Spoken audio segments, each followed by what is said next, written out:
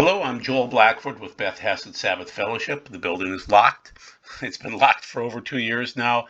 I'm still kind of shopping for a new space, but we would need some new people to move into this Sabbath keeping space. And right now I see people coming into the space, but they're all over the place, all over the world. So the phone number works. You can call that if you'd like to reach out. We do the philosophy of eschatology, what you need to know, your reality, our existence. John Haller does a marvelous job of giving you the news. I give commentary, behind the scenes commentary. I try not to be disparate.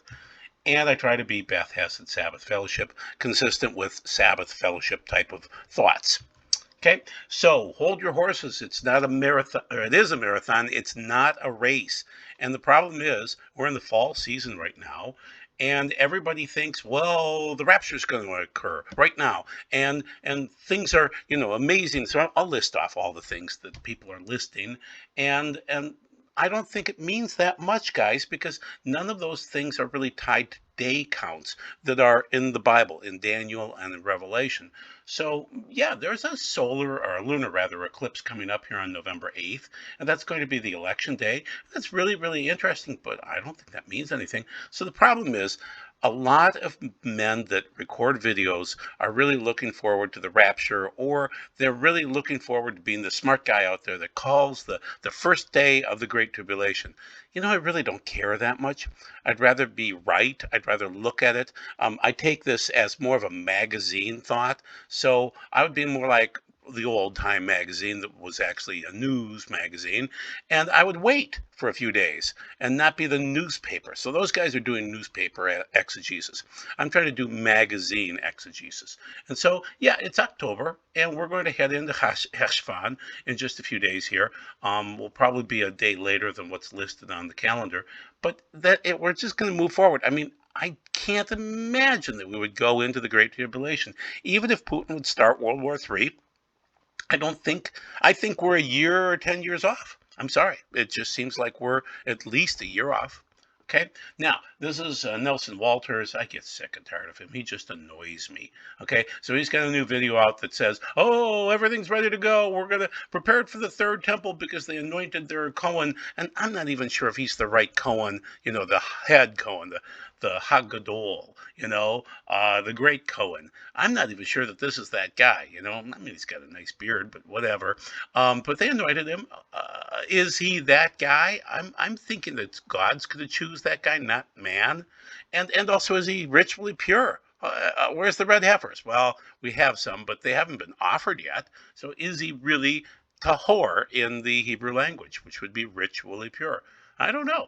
They set up the menorah. That's nice, and it's worth $3 million. So what? But Nelson thinks that's a sign right there. It's going to happen. Oh, it's going to happen. And then the third thing is they're starting to practice offering sacrifices. Okay, and Nelson means well. He's a dentist. Okay, he's having fun with this, and he thinks that he's really smarter than everybody else. And so I look on the lower right hand side, and I'm saying, does this kick off a day count for trampling the holy city for 42 months? No, none of these do right now. Not now. I mean, it's all practice. Okay. Is it kicking off the two witnesses? Nope, not at all.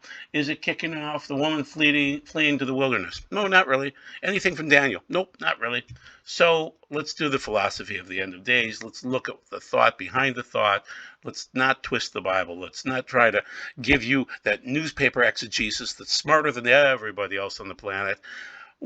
I try to be smart, but not too smart, and then give you the prophecy, give you the news. Okay. And you saw the picture there of Netanyahu. That is one of my barometers that I do check. Okay, so it's a marathon, not a sprint.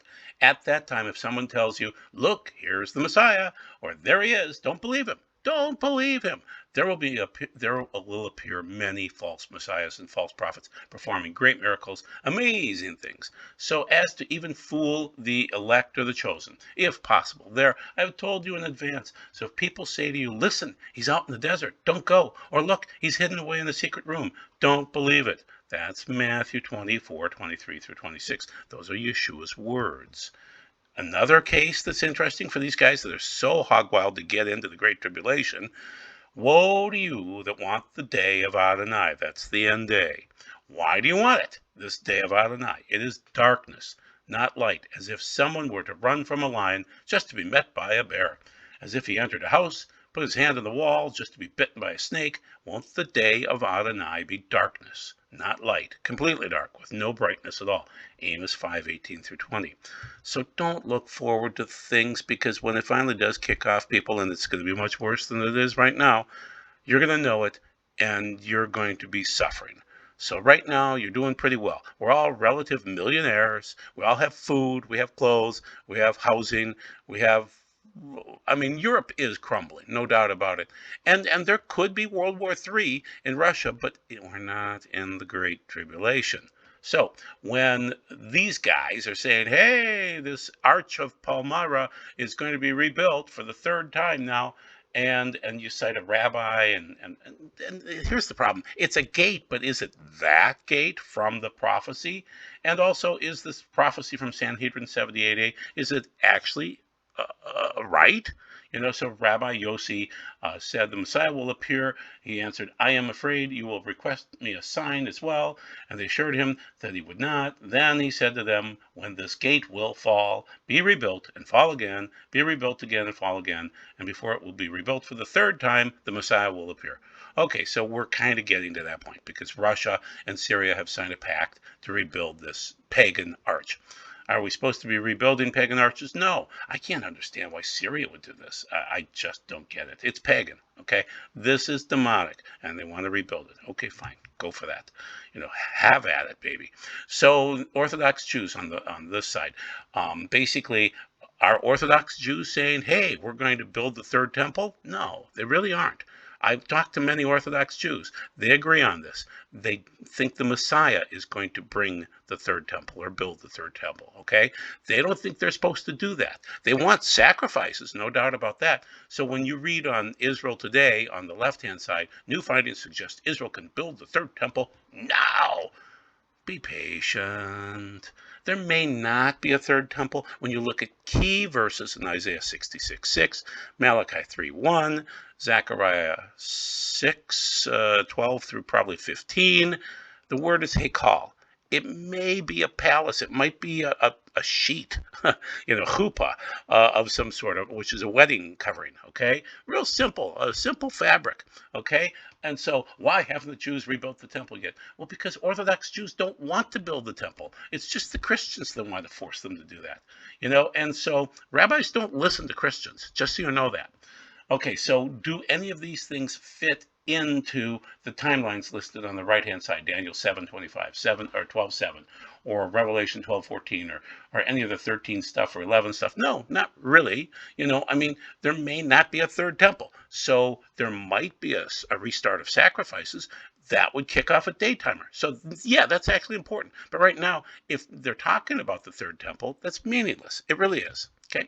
Okay, so now we have 5 red heifers that came from Texas and arrived in Israel. Well, they're about a year away from being offered at a minimum, okay? And we've ruled out many red heifers before, okay? This isn't the first time. And so, it's a fundraiser. That's wonderful. Jim Bakker said, oh, look at back in 2014, we have 2 cows born with a big 7 on their head. That means 7 years from now, it's 7 years of famine, 7 years of plenty. And, and Jonathan Cahn got on the bandwagon too. And has Jim Bakker ever been wrong before? Yeah, many times. He's kind of I don't know. He's frustrating because he just doesn't learn from his mistakes at all. He's constantly hustling. And so is Cahn, always hustling, and so the calf was publicized back on September 25th, the Jewish New Year, and the first day of the Shemitah. We don't know that was the Shemitah. That's just a guess. Jim Bakker to Christians, you must love Trump to prove you're saved. Okay, so, that's old Jim. He's always hustling. So do the 7 cows fit into any of these timelines from Daniel or Revelation? No, not really. No. It's intriguing. It's interesting. It doesn't match up. So this isn't going to force everything forward into the Great Tribulation. And then we won't even discuss, about the person down on the lower right-hand side. The last time I had contact with her, she threatened me with attorneys. I can't stand her. So just so you know who's down on the lower right-hand side. Truth hunters. Whew. Okay, moving forward. So how many rabbis have talked to the Messiah over the years? Oh, so many people. And so when they say, oh, the rabbi's ready to go, he's holding meetings, well, This happens all the time. And so it doesn't mean soon. It just means that that's interesting. It's good. Okay. And so Chaim Kanivsky passed away on 3/18 of 22, which is interesting. If you're going to pass away on 2 Adar 15 on the full moon, that's kind of cool. He's already in direct contact with the Messiah. Okay, wonderful. And that's the Rebbe on the left-hand side there, and that's Chaim down on the, while he was still with us. And then here's another interesting sign from years ago, from 2017. New star to appear in night sky, heralding Bilam's prophecy of Messiah. And I love Adam Eliyahu Berkowitz. He does well working with Christians, and he's so nice and sweet when they constantly say, you need to be saved. And, God has a plan for the Jews too, and they're going to reject Yeshua all the way to the 11th hour, 59th minute, 59th second. Just get used to it, okay? And pray for them. That's about all you can do. Okay, so Joseph Berger quoted Rambam, and I love Rambam. I cite him all the time. I love Rambam, but that doesn't mean that this particular prophecy means that the Messiah is coming right away. There's no date count with this, okay? There's just nothing, okay? Next, this is sad. This is a really sad story. They have parroted this guy, this poor, nice guy. I'm blanking on his name now. I can't believe that I didn't note it properly. Anyway, so they have run him out, and Nelson Walters and others have said, oh, he thinks he's going to be the Antichrist. He's never claimed anything like that. He's just a nice Torah scholar. Okay, he's memorized the Torah. God bless him. So he's not the false Messiah. He's just a rabbi. Yeah, he rejects Yeshua, but so does every other Jew that I know. Okay, so he's not the false prophet. He's not the Antichrist. He's just a Jewish fellow that knows Torah. Good for him. He's not the Messiah, guys. Okay, so deal with that. And then, here it is, Yenuka Rav Shlomo Yehuda, and he's a Torah scholar. Okay, everybody's saying he's the Messiah, or claiming to be the Messiah, which means that he's the Antichrist. He's just a good guy. Okay, so he doesn't fit into any of your day counts, because even then, if he was actually, or if there was an Antichrist available right now and ready to go, that means we're 3.5 years into this, because he really only gets 3.5 years to do his stuff. So you can't day count off this. So, guys like Nelson Walters shouldn't get their underwear in a bundle all the time over this stuff, but they do, because they think they've really outclassed everybody else that they haven't. Okay, moving forward. Psalm 83 war. Bill Salas is a nice guy. I don't happen to agree with him, because he really has never done anything to help my education, but he is a nice guy. He means well. He's been equating Psalm 83 with Ezekiel 38 for years, and Joel Rosenberg has been talking about Ezekiel 38, 39 with Russia and the Ukraine stuff. Guys, I don't see a date count with this. And also, when I really start thinking about Ezekiel 38, 39, I see that coming way at the tail end of the 7 years. Way, way, way, way, way. And I'm not even sure Psalm 83 is a war. I'm not sure. It's obviously a coalition, and the coalitions are different, but I don't know what it means, okay? And I don't think anybody else does really either. Okay, and the other guy down on the lower right-hand side is the SDA guy. The SDAs have a delineated eschatology that they memorize and spew forth, and they're nice, sweet people, but it's Ellen White, and it's great controversy, and it's just, okay? Sorry. So Gog-Magog War Coalition, or World War III, does it fit into a day count? It really fits in at the end of the 7 years, so you can't day count at any time before that. Okay, so on the left-hand side, Gog-Magog War, this is a Christian's answer by Dr. Doug Barrier. He says nothing at all. First, God has not chosen us to give all the details regarding. Okay, so he's really not going to give you any details at all. So thank you very much, sir. And then on the right-hand side, Hal Turner, he says, Defense Minister, Ukraine conflict heading towards total or toward uncontrolled escalation.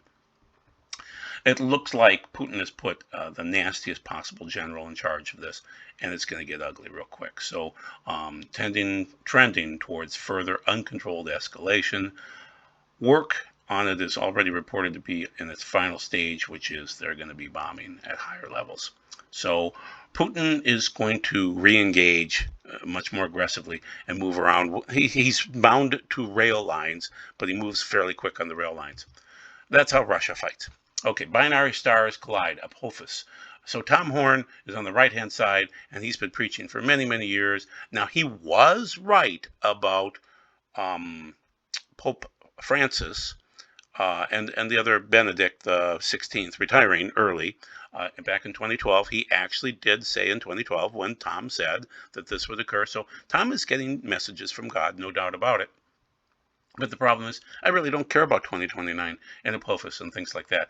I care about 2023, and getting through that. And so that's a long time from now, and Apophis isn't really in the Bible, and there's no day count that matches with it. Okay, exploding binary stars will light up the sky in 2022. That's on the left-hand side. So what? I don't know how that fits into any anything. In 3 years, we're going to see a remarkable show. Well, that's right now in 2022. They didn't light up the sky. They didn't explode into each other. But this happens all the time. So the rabbi predicts the coming of the Messiah will be in 2022 based off these binary stars colliding. Didn't happen, guys. So I'm used to this. So don't get your underwear in a bundle all the time. Now, this is actually kind of cool. So this is 2025, 2026, and they're totals and partial lunar eclipses on Elul, on Elul 14, and then Adar 14, and then Elul 14, and then, or rather, it starts with Adar. So that's just before Passover, and just before Tishri, which is, Rosh Hashanah and things like that. So it's an interesting pattern of 4 of them in 2025 and 2026. It doesn't mean that we can time date stamp off that, though. I can't do any kind of a day or month or year count off that, but it's still interesting, okay? And 430 years since the last type of a blood moon like this, that's kind of interesting. And will be the longest until 2029. That is interesting. That's a 7-year count. That is very interesting. But here's the problem. Let's go back 430 years from 2022, and you're going to come to, oh goodness, Columbus 1492, so 1592. Interesting, 100 years after Columbus. Very interesting. Meaningless. Can't day count off it. Okay. So what I tend to do is I monitor Netanyahu and any prophecies related to him. I tend to monitor Israel, Jerusalem, Temple Mount, things like that. That's what I'm really looking for, people. Okay, so the other guys are looking for news stories, and they're just doing a happy dance every time they find a news story. Guys, there's like 100 news stories per day. You can't happy dance all the time. You wear out the saints, okay? You wear out the saints. Israel must secure prophetic fulfillment, insists Netanyahu. He does understand prophecy. He has been prophesied over before, especially by rabbis, the rabbi that found Yeshua. So we'll show that in a minute. So then on the other hand, I did a video, the last one out, where I just bashed on Obama. And this is one more case. Netanyahu just came out recently, October 17th of 2022, and said Obama had not just bad policy, but malice towards Israel. No doubt about it. That's Obama. He hates God and he hates Israel. Well, you know what? If you hate Israel, you probably hate God. And that's Obama. Great guy. So is there a day count off any of this? Kinda. You can't start any day counts without Netanyahu in office. You need him in office. You really, really do. So yes, I do monitor Netanyahu and any prophecies related to him. So PM Netanyahu out. Yeah, so this is a few years ago, but he's been out before. So he split the land back in like 1999, and guess what? He was booted out. And it was prophesied over him, don't split the land. Well, he did. He lost his job, and then he became prime minister again in 2009, and then they're trying to divide the land again. Now, so he's been 5 terms as king, and I'll show you a prophecy related to that in a couple of minutes here. But Lapid has been running things for a while. I think Netanyahu's coming back. I think he's got his 61 seats, and I think he's in. But he has lost it before, and he might lose it again. So, once again, Kaduri is my guy that met the Messiah and believes in Messiah Yeshua. He wrote a note to that. And there was 40 years ago, he had an interesting prophecy in 1979 regarding 2020 and 2 Benjamins that would fight against each other. So here's Benjamin on the right-hand side. Multiple Jewish sources point to Israel's election impasse as a gateway to Messiah. It is interesting. An impasse in the United States, say with Trump or whatever else, is meaningless in the grand scheme of things with God. But Israel matters to God. He notices it. So I would say that Netanyahu coming back into office is important and could kick off a date time at some point in time. I think we need him in office. That's my personal opinion after all these years of watching prophecy. So Kaduri, he died January 28th of 2006. He was probably 106 to 110 years of age. He was a Torah scholar, a wonderful man, lived over in Baghdad, came to Israel. No one can say anything negative about him. Okay, and so once again, Itzhak Kaduri, 1908, he received a blessing from Yosef Chaim, I don't know, who was a leading Sephardic rabbi. My family is more Sephardic. According to Jewish law, halakha, and he was a master Kabbalist, yeah.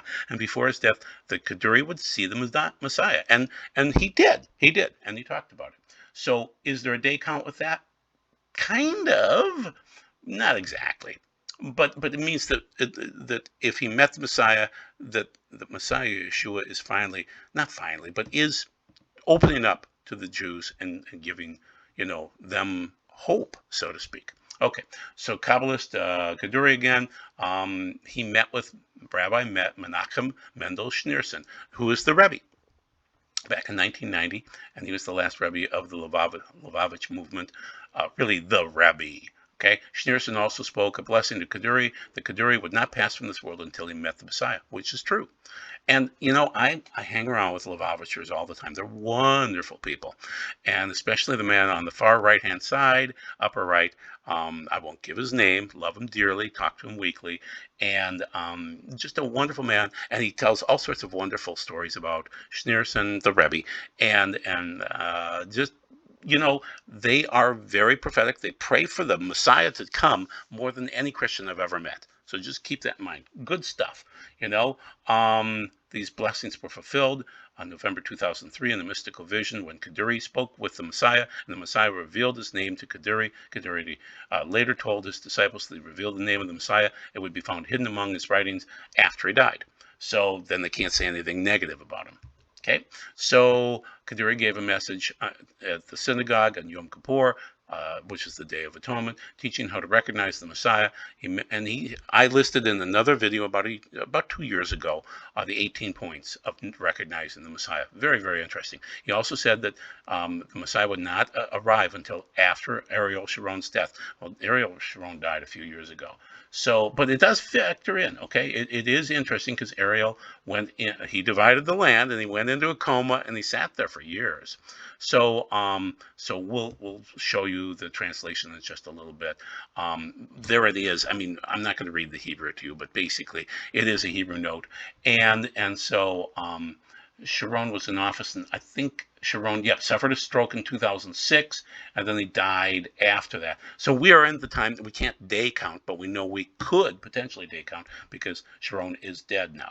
So it's interesting how he's been highly accurate, people, and also he nailed the name of Yeshua, so it's an anagram. So we'll discuss it some other time, but basically the anagram does go through and say Yeshua. So there it is, Yud, Hey, Vav, Shin, that's a Vav, yeah, and the Ayin. And so it's Yeshua. Okay, there you go. And so the anagram works. He will lift the people and prove that his word and law are valid. And that's probably, that's Torah, yeah. And Torah are valid, yeah. Emet, Armad. Oh, Amadim. Okay, all right, valid. Okay, all right, so it'll stand. So anyway, the point is that Kaduri was a wonderful man. He took the risk, and he mentioned to all the Orthodox Jews, all these wonderful people, that it's Yeshua. It's going to be him. No doubt about it. Now, this is a guy that's very interesting. I'm blanking on his name, RevelationChapter12.com. So basically, he's citing these things. He's constantly predicting the rapture date. So he means well, but he's just absolutely verklempt every day of the week. So on the eve of 5780, the year of corrections, which was 2020, there will not be a government in Israel for an extended period, and the various camps will quarrel much without decision on either side. And then on Rosh Hashanah, Nisan itself, they will fight in heaven, the holy side against the evil side. God and his entourage will decide between them, and this is all I can say. So this is Kaduri back in 1979, and he was right. There's going to be a fight. Then there will come a day when two ministers will win the government. That happened, so that's number two. And they were both Benjamins. So that's from the covenant of Persimmon. And then the next one is the disciples of Rabbi Yosef ben Kisma asked him, when will the Messiah come? And I fear lest, okay, so the sign was when the gate falls down. So this is Tractate Sanhedrin 98a, and that gate. Well, we don't know if that's a big sign or not. And then Micah 4:9, yeah, be in pain, labor to bring forth, O daughter of Zion, like a woman in travail. Yeah, okay. So the main thing is the two Benjamins fought it out, and it looks like we're going to get Netanyahu back. And so most of the date times can be set up once he's back in office. And other things happen that match up with, those types of things from Revelation 11, 12, 13, and of course Daniel 7 and probably 12. So once again, the note worked. It's Yeshua.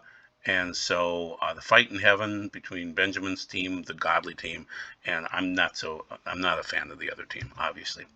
So, the fight, that fight kind of sounds like Revelation 12, but we're not that far along into Revelation.